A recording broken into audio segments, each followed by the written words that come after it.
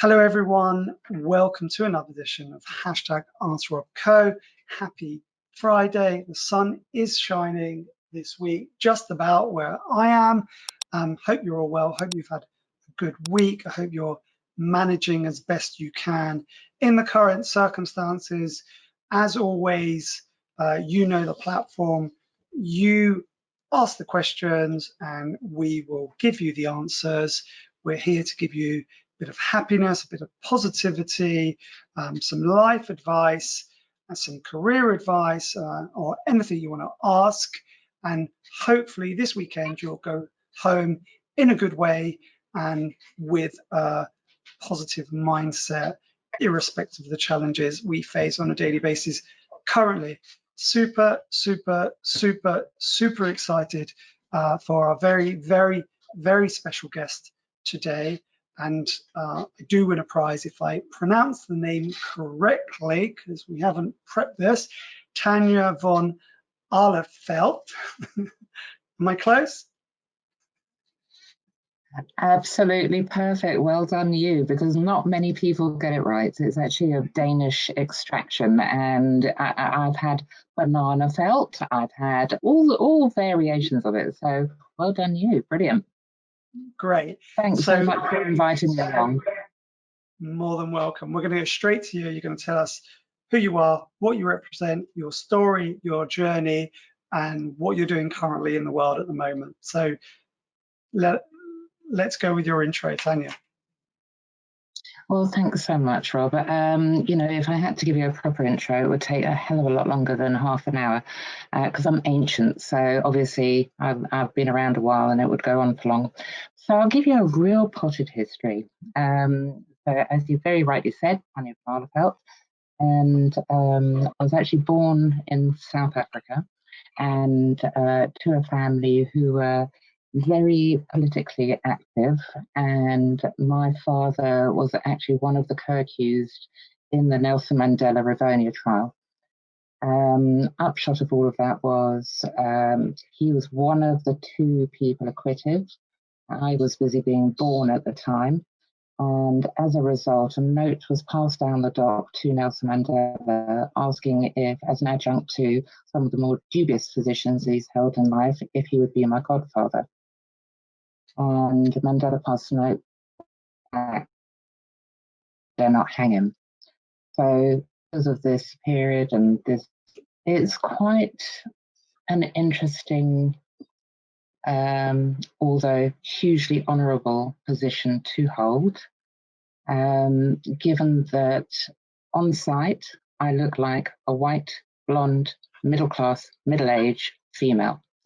And by that very nature gives me white privilege. However, my background, my upbringing, and my entire life has been focused on diversity, inclusion, equality. So that's where I come from. We were actually deported to this country when I was only a baby, and I've grown up in this country. I did spend a number of years back in South Africa, and I had the absolute privilege of meeting Mandela for the very first time in around 2000, where I was invited to an event that occurred. At this actual event, Mandela didn't turn up, and there was all the who's who of freedom fighters at this event, and it was shocking he wasn't there. And it later turned out that what had happened was one of the key men in his lives was very unwell on that day. So what he did was he went round to his house to watch the whole event on television so that he wasn't on his own. And this was the type of man he was. This was the humble, the compassionate man that he was, and the man that I then got to meet. So where I come from is an upbringing based on that sort of ethos and that kind of feeling for life, compassion for people. Now, what's happened in between times is like a vast array of things, and I would bore you to tears if I had to actually go down that route. But where I'm at right now, which is probably a little bit more relevant, is around 4 years ago or so, I was diagnosed with cancer. And this was very shortly after my then partner had traded me in for a younger model. And I was alone with 4 daughters, and I had cancer. I moved house and I got on with it. Now, I think that my upbringing and everything that I'm about was one of the things that helped me to be able to sit here today. And, 4 years later, I made it.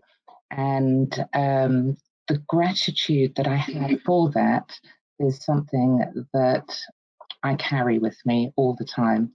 And I'm a very true believer that in the face of adversity, find gratitude, because actually there's always something to be grateful for.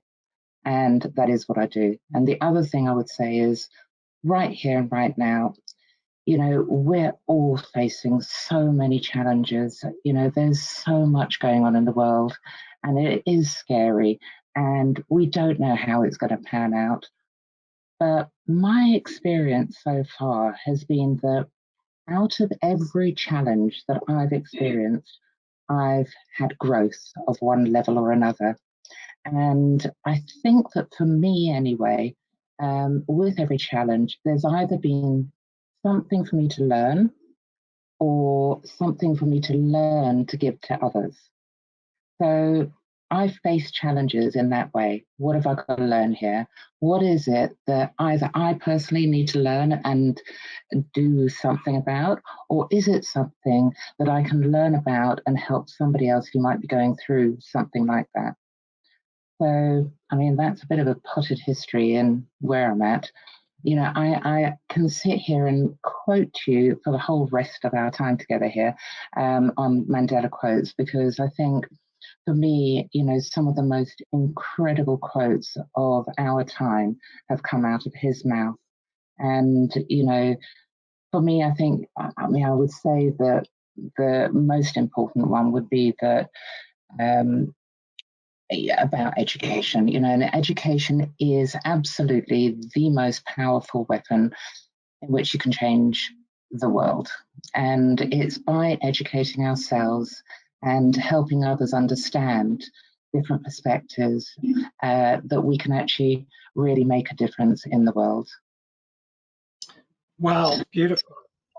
What a great quote and message for me to interrupt you on, Tanya. We're here to educate, motivate, and inspire a younger generation, but obviously anyone that's listening both now live and the hundreds of people that either follow or listen afterwards on our YouTube link. I think you've raised so many points in your journey that it's quite difficult to pick one of them where to start. So maybe we're go back chronologically. At what moment or stage in your life did the interaction with Nelson Mandela and your family existence actually impact you, and you understood to a degree what that meant? At what age did some things start to influence you? I would say it goes back as far as I can remember. My father having been in prison with Mandela, and he actually really had an extraordinarily terrible time during that experience.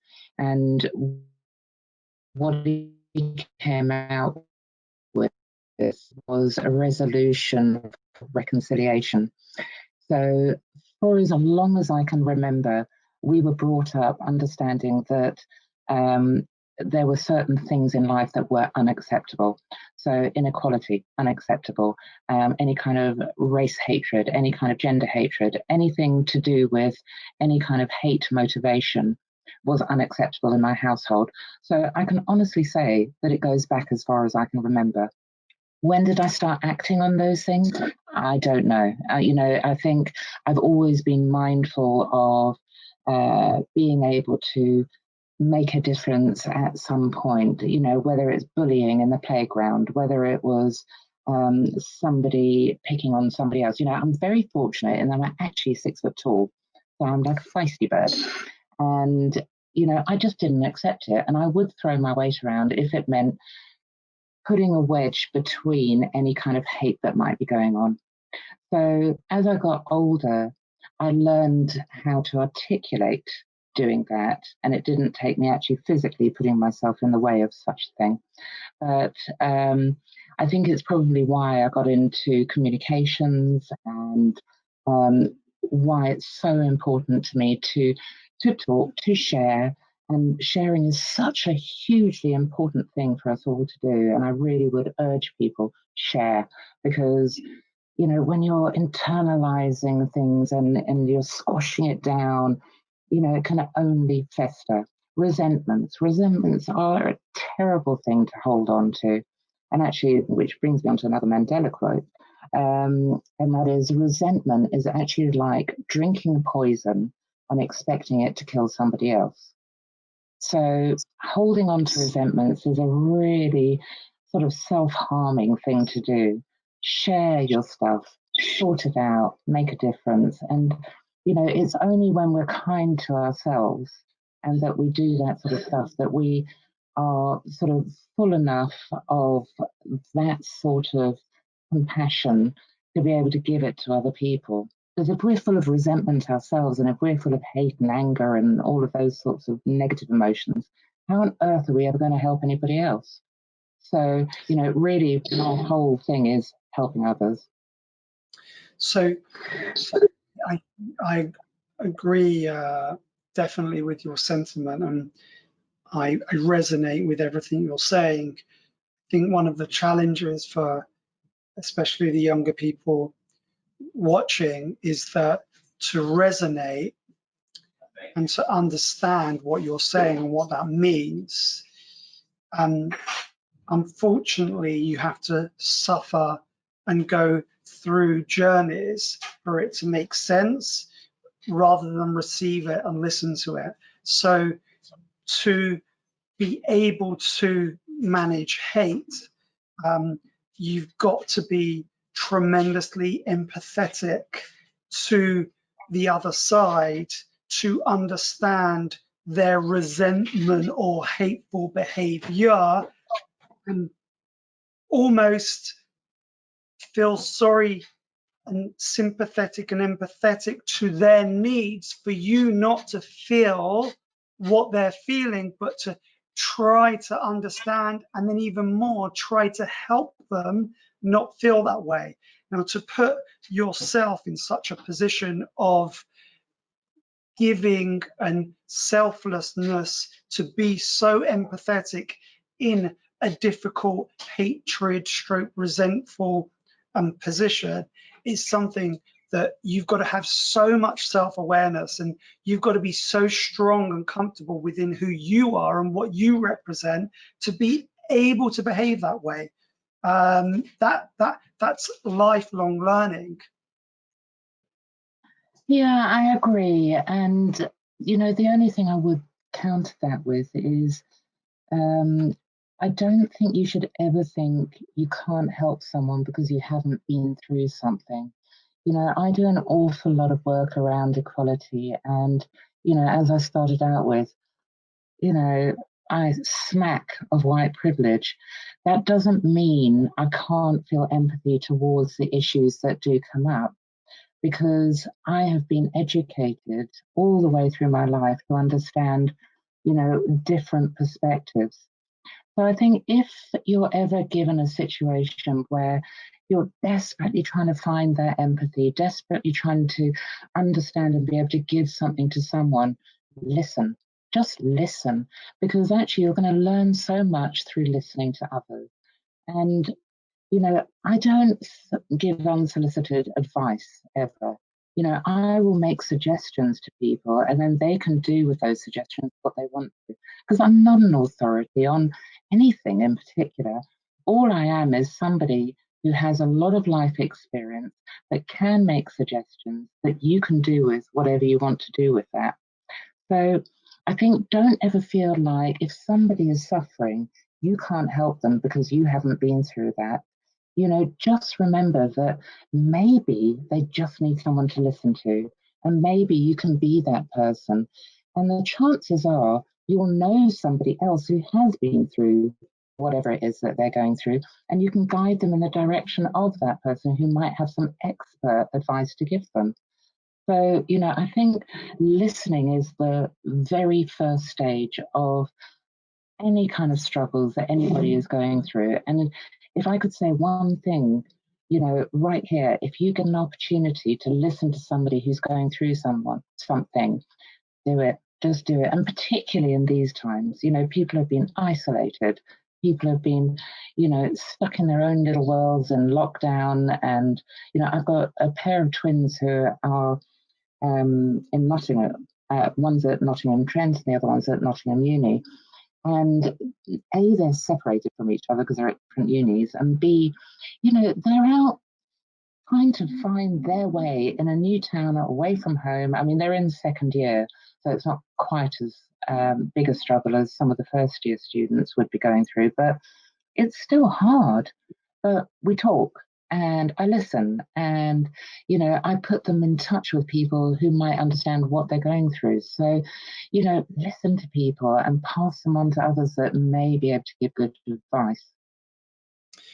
I think you raised some really good points about what's going on now and the context of it, and maybe some life-defining moments with yourself and the suffering from cancer. And I hope you're okay with that now. You're through? Yeah, 4 years in remission, so all is good. It's looking good. And then the moment of your unfortunate breakup. I'd like to talk about those two moments along with what we're seeing now with the pandemic. And, I preach from a non-religious perspective every week about Viktor Frankl's man's search for meaning, or woman's search for meaning, and the importance of understanding that you could be in the absolute worst conditions that humanity could ever create, whether it's in a cell in South Africa or whether it's with life-threatening disease, or at the moment it happens what seems a horrific breakup. But ultimately, when you understand your own purpose and meaning to life, of what you're here to do, or what your vision is, or the reason for your meaningful and purposeful impact to get up in the morning on a daily basis. When you understand what that is in context to everything that's going on around you, more often than not, in virtually every occasion, barring actually terminally ill disease, that's going to be greater than whatever the situation is, because it's the next 50, 30, 20 years of your life, and it's your purpose for living. So I know I've said a lot there, but taking that all into context, maybe you could share with us some of your feelings and your understanding through what you've been through and the context of living a meaning or purposeful life, or finding your purpose and meaning to deal with the situations you've been through. Okay, I mean, there are a number of aspects to that. And I should also mention that for the last 8.5 years or so, I have worked very closely in a sort of mentoring capacity for women who are in recovery from drugs and alcohol abuse. And I think, you know, if I had to put a purpose to why I'm here right now, I think the development of the empathy that I have worked on extremely hard, the understanding that I have around acceptance and tolerance and forgiveness, are all things that I put into play when I'm helping other ladies who are going through absolutely desperate times. And, you know, with this current situation as it is at the moment, I mean, the worst thing you can do for an addict or an alcoholic is put them in isolation, because, you know, that's the default position. That's where you can go and use, where you can go and drink. And what I was talking about in terms of sharing, for example, is creating forums. I mean, Zoom, this, you know, all the other platforms that we have available to us, form networks and actually be available, be present, be able to help others. Because for me, some of the most diabolical stuff that I've gone through have been alleviated by helping others. You know, it kind of puts your life into perspective. I've got to interrupt you there, Tanya, because the point you're touching on is so important and so valid that I can't let it go without us going a bit deeper.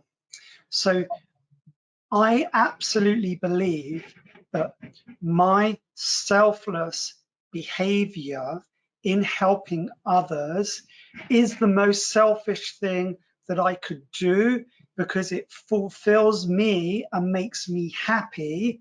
And that's my reason for being, or one of the reasons for being.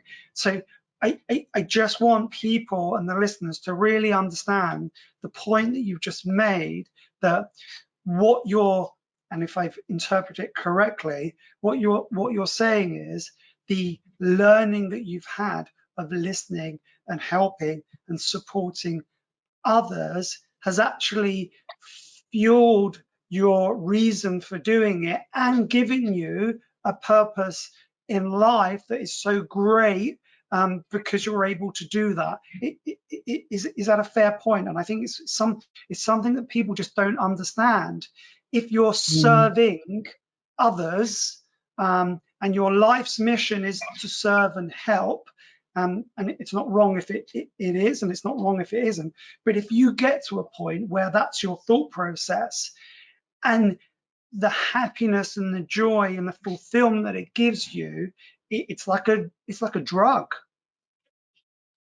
For sure. You know, I think the thing we have to keep a grip on is ensuring that no grandiosity creeps into it. So I totally agree with what you're saying. And, you know, I know that for me, that if I sit in self-pity, you know, if I'm on that pity pot, I'm of no use to anybody, frankly. Whereas, you know, I hear it all the time. I've got no self-esteem. Well, go and do something esteemable, and then you'll find that your self-esteem is built. You know, we can't conjure up self-esteem unless it's of a grandiosity type, and that's no use to anybody. You know, if you do esteemable acts, your self-esteem is going to grow. So what you're talking about in, you know, selfish is it's a awkward word to use, because it's not selfish if it's selfless. You know, it kind of cancels each other out. I think that it's about, because it's so about compassion, and, you know, the other thing I would throw into the grandiosity side of it is altruism. You know, if you're not doing it with an element of altruism, and so, you know, I'm going out helping people, and by the way, I'm going to tweet about it, and I'm going to tell you all about how marvelous I am because I'm doing these things, it kind of doesn't work for me. You know, nobody knows what I do. Nobody knows what I do behind the scenes. You're talking about it now, but, you know, that doesn't often happen. Firstly, talks and sorts of behind the scenes ways to actually reach out to people. So I do it, and exactly as you were saying, it makes me feel good. It makes me feel like I have a reason for being here. But there is no grandiosity involved in it at all, because, it's just why I'm here, I think. I mean, who knows? There might be a greater purpose for me and there might not be. But right here, right now, it works for me and hopefully works for others. All right, let's get through some quick fire questions, Tanya. Do you know in Malaysia, the word Tanya means ask question? Did you know that, Tanya? I had no idea. Thank you for that. There you go. Yeah, good a bit of background there. Next question. What would you say to all the young people who are dealing with mental health issues during the current pandemic? Oh, it's such a wide subject, and I do have very, very close ties to this. The National Health Service is totally overwhelmed at the moment with everything that everyone's had to deal with. I think once again, I'd say talk to people, even if it's not somebody who can give you professional help. And hopefully, if it's somebody who doesn't have a professional qualification, they're not going to give you professional help. But, that thing about sharing, get it off your chest, and if you're a bloke, get over yourself and actually cry in front of someone, because it's okay. We're all going through this at the moment to different degrees. And, I think for once we've got a bit of, sort of national empathy in terms of how hard the times are. So I would say if you can, get professional help, but I know that that's really hard to come by at the moment. And if you can't, talk to people. If you know a few of you that are struggling, set up a weekly Zoom touch base. And if you're somebody who isn't struggling, reach out to people who you think might be struggling. Sometimes just a phone call, just, a Zoom catch up, just something like that could be the difference of life and death when it comes to severe mental issues. So help others, talk to people. And if you can set up groups where you're all sharing together, do that. Thank you. Just a quick message here. Thank you for encouraging us that education is important. Tanya, thanks for that. Why do you think hatred towards other people, or where do you think hatred towards other people stems from? Why do people hate others? Is it because they are hurting themselves? Look, I think that's a very, very big subject. And actually, I can give you another Mandela quote right now. And that is that nobody is born hating another person. I mean, that's a fact. And you're not born hating someone because of their color or their background or their religion. People learn to hate. But the positive of all of that is that if you can learn to hate, you can learn to love. And, frankly, love comes a bit more naturally than hate. So,